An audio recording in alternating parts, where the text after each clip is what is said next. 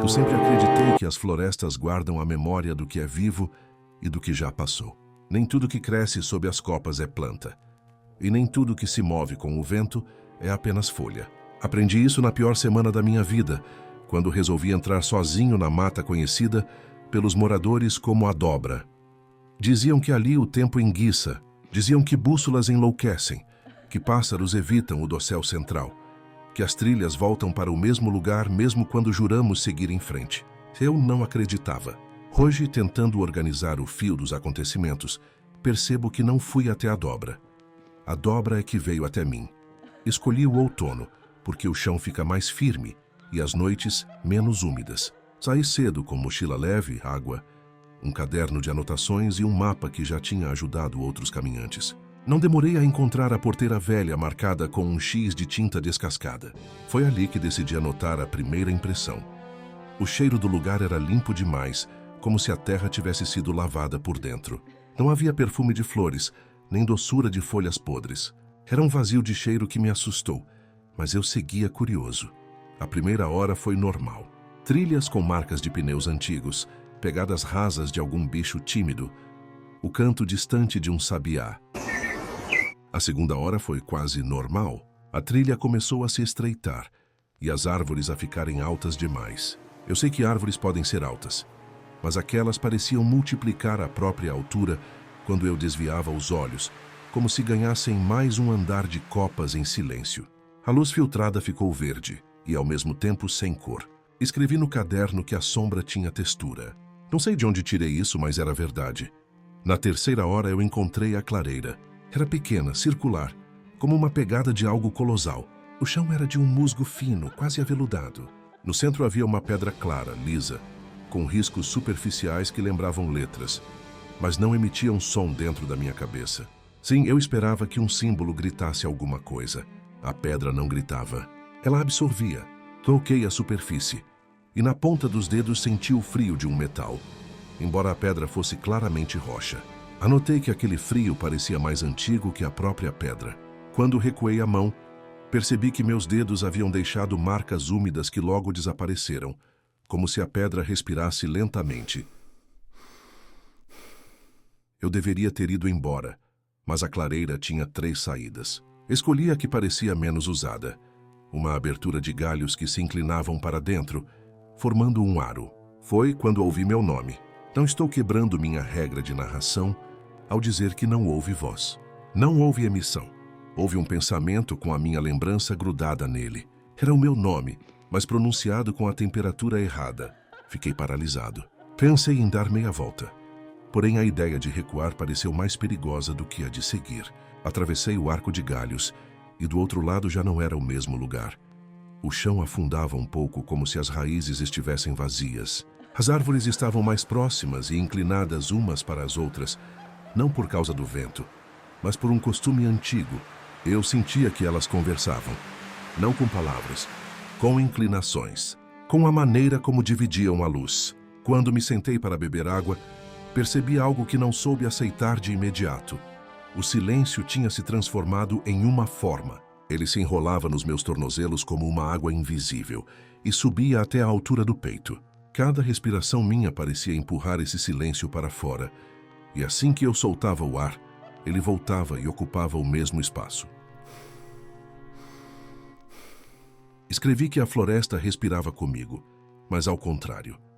Nessa parte do caminho encontrei a primeira fita vermelha amarrada a um galho baixo. Era uma tira de tecido desbotada, com as bordas gastas. Pensei em alguém marcando rota. Fui seguindo as fitas. A segunda estava 3 metros adiante, a terceira 5. A quarta tinha um nó duplo e um furo no meio, como se alguém tivesse espetado o tecido com algo fino e comprido. Eu, teimoso, segui colecionando essas coordenadas improvisadas. Foi aí que notei que algumas fitas de tão velhas tinham crescido musgo nas bordas. Não fazia sentido. Quem marcaria uma rota e a abandonaria por tempo suficiente para o musgo nascer? Depois de mais uma curva, encontrei a mochila cinza caída entre raízes. Reconheci a marca, o modelo, o tipo de zíper. Mexi com cuidado. Dentro havia uma lanterna pequena sem pilhas, uma garrafa vazia, um caderno úmido. No bolso frontal, um crachá de trilha com um nome que eu conhecia da internet. Era de um rapaz que desaparecera 2 anos antes, cujo caso eu tinha lido em fóruns. Um frio subiu a minha coluna. Mas não era o frio da pedra. Era o frio de perceber que eu havia entrado no mapa de outra pessoa. Abri o caderno dele. As primeiras páginas foram escritas com letra firme. Depois, a caligrafia oscilou como se a mão estivesse andando sozinha. As últimas linhas eram quase desenhos. Eu vi a mesma pedra lisa da minha clareira, replicada em traços apressados. Vi círculos concêntricos. Vi um corpo alongado deitado num dos círculos.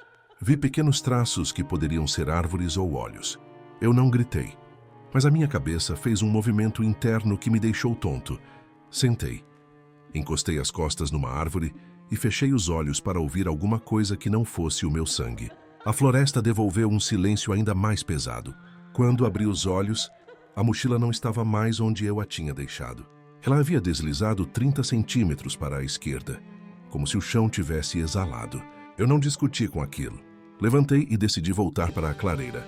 Foi quando percebi que os meus próprios passos não deixavam marcas. O musgo levantava e deitava sem guardar memória de mim.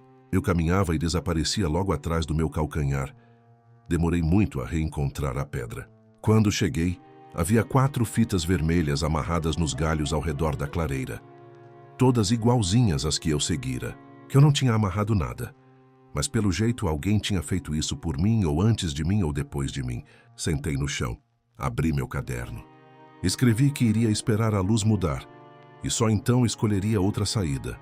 O sol, no entanto, não obedecia a horas. Ele parecia preso num horário sem minutos. Não era meio-dia, não era 3 da tarde. Era o mesmo pedaço de luz de sempre, repetido sobre as folhas.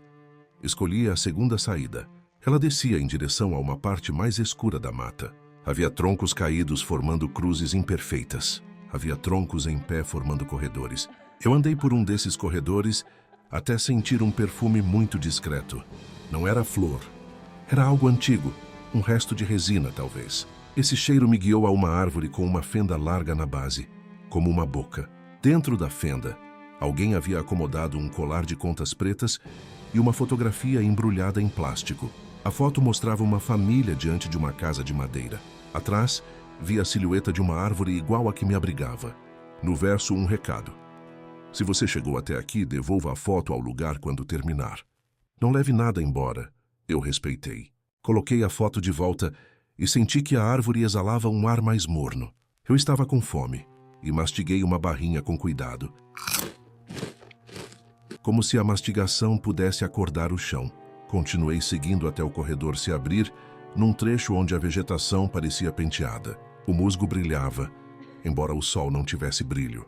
Ao centro, outra pedra, menor, com um círculo perfeito gravado como se alguém tivesse usado um compasso gigante. Entendi por intuição que aquele era um portal.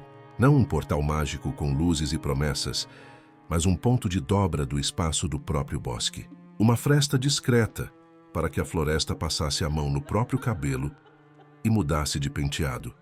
Eu pisei dentro do círculo, primeiro com um pé, depois com o outro. A sensação foi de afundar o tornozelo numa água morna e seca. Meu estômago se revirou. O ar ficou mais pesado, com gosto de ferro diluído. E então eu estava na clareira inicial, diante da pedra maior, como se tivesse girado numa roleta invisível. Só que alguma coisa estava errada. Em uma das árvores ao redor, uma faca estava cravada. No cabo, uma fita vermelha mais nova do que as outras, sem musgo. A ponta da lâmina apontava para a terceira saída da clareira, a que eu não havia testado. Senti que aquilo era um convite, ou um aviso. Eu não devia, mas fui. A terceira saída levou a um terreno levemente inclinado, coberto de folhas secas que não faziam barulho. As árvores aqui tinham cicatrizes no tronco como arranhões paralelos. De vez em quando, eu via cúpulas de fungos brancos tão perfeitas que pareciam de porcelana. A vontade de tocá-los era grande, mas eu resisti. Nessa parte do caminho, percebi que eu estava sendo acompanhado. Não havia passos, havia decisões atrás de mim. Cada vez que eu escolhia contornar uma raiz pela direita, algo escolhia pela esquerda. Quando eu parava, esse algo parava também, mas com uma fração de atraso que entregava sua presença. Eu não estava assustado. Eu estava aceitando uma regra nova. Foi então que vi a casa. Não sei como uma casa cabia ali. Era pequena, de madeira escura, com telhas de barro e uma janela quadrada sem vidro. Não havia trilha chegando até ela, e mesmo assim a porta mostrava sinais de uso. Abri devagar. Por dentro, a casa tinha um só cômodo com uma mesa baixa, uma prateleira com 3 frascos, um tapete gasto no chão e um caderno aberto. Eu me aproximei do caderno e reconheci a letra do rapaz da mochila. As últimas páginas estavam secas. A última frase dizia que a floresta é uma cidade sem ruas e que quem aprende a ler suas esquinas não se perde, apenas muda de bairro. Eu tremi. Fechei os olhos por um instante e quando os abri, o meu próprio caderno estava ao lado do dele, aberto na página em que eu havia escrito sobre a Pedra Fria. Alguém, ou alguma coisa, estava organizando nossos relatos para que se encontrassem. Passei a mão nas prateleiras. Os frascos tinham conteúdo indizível. Um parecia conter o cheiro de chuva. Outro, o silêncio mais leve que eu sentira no início da trilha. O terceiro estava vazio, mas sua tampa pesava demais. Eu não ousei abrir. Sentei no chão e esperei. Eu sabia que, se a casa tinha janela, a janela tinha um lado de fora, e que do lado de fora alguém me observava. Não queria virar o rosto de uma vez. Então comecei a descrever mentalmente os itens do cômodo, como quem se segura a nomes para não cair. Quando criei coragem, olhei para a janela. Havia um rosto. Não humano. Não animal. Era como a ideia de um rosto na lembrança de alguém. 3 traços de sombra em forma de olhos e uma linha onde seria a boca. Ele não me assustou. Ele parecia cansado. Talvez estivesse tão perdido quanto eu. Eu não sei por quanto tempo ficamos nos medindo, até que a presença inclinou a cabeça e desapareceu como quem cede passagem. Levantei e saí.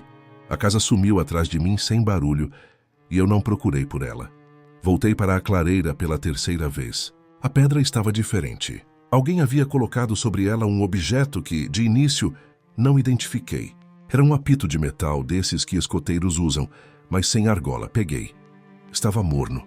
Levei a boca por instinto, mas não soprei. O apito dentro do meu punho vibrava de leve, como se uma vontade externa passasse por ele. Entendi que aquele era o pagamento, por eu ter devolvido a fotografia e não ter levado nada além de lembranças. Entendi que, se eu precisasse, bastaria soprar e a floresta me devolveria ao seu bairro anterior. Guardei o apito e, com o que restava de coragem, tracei mentalmente a linha da rota de saída. Não me guiei pelas fitas. Me guiei pelos lugares onde o silêncio era menos pesado. Me guiei por uma lógica de cheiros que meu corpo inventou na hora. Quando voltei à porteira marcada com X, o sol finalmente mudou de posição. Sentei no chão de estrada de terra e deixei que a poeira fizesse o trabalho antigo de sujar as mãos dos vivos. Olhei para trás.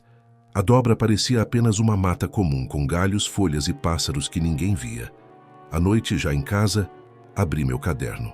As páginas que eu havia preenchido na floresta estavam com uma textura diferente. Não era umidade.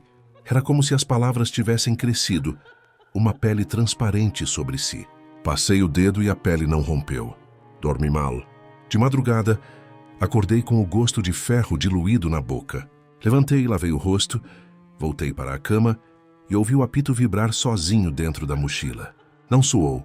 Vibrava como um coração de metal. Compreendi, enfim, que eu não trouxe a floresta comigo. Fui eu que fiquei um pouco lá. Desde então, às vezes, caminho pelas ruas da cidade e reconheço esquinas que não existiam no dia anterior. Sigo por elas e volto a lugares que não estão no mapa. Encontro árvores que inclinam as copas umas para as outras só para me ver passar. E quando o silêncio fica pesado demais, levo o apito à boca. Não sopro. Deixo que ele me lembre que há um bairro inteiro do mundo onde o tempo não precisa ir adiante para ser verdadeiro. Eu continuo aqui, mas agora sei que as florestas têm memória. E quando nos permitem entrar, elas só querem que a gente aprenda a devolver.